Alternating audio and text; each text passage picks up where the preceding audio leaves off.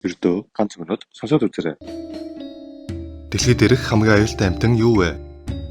Матар арслан баавгай бүр жилд хамгийн ихээр хүний амийг авч чаддаг шумуулч биш бөгөөд уг амьтан хэтэрхий аюултай учир дэлхийд ирэх зөвхөн ганцхан амьтны хүрээлэнд 18 жилийн турш үзүүлэн болгож байлгасан бөгөөд өөр ямар ч амьтнаас илүү хүн төрөлхтний амьдралд аюул учруулдаг гин. 1963 онд Нью-Йоркийн Бронкс зүүгийнх амьтны хүрээлэнд уг амьтныг үжиж болохоор үзүүлэн болгож тавьсан байдаг ба тухайн үед уг явдал төсөөлөмгийн зүйл байсан тул дэлхийд дахин шавгаж сонин хэвлэлд гарч байсан гин.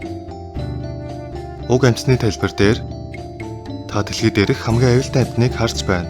Бусад бүх төрлийн амьтдыг устгах чадaltaй ба одоо дэлхийд ирэх бүх амьдралыг устгах хүчтэй болсон гэсэн тайлбартай байсан бөгөөд уг амьтан нь зэрлэг амьтан эсвэл ямар нэгэн аюултай шавьжч биш тойл байсан бөгөөд дэлхийд ирэх хамгийн аюултай амьтан бол хүн болохыг харуулсан байдаг.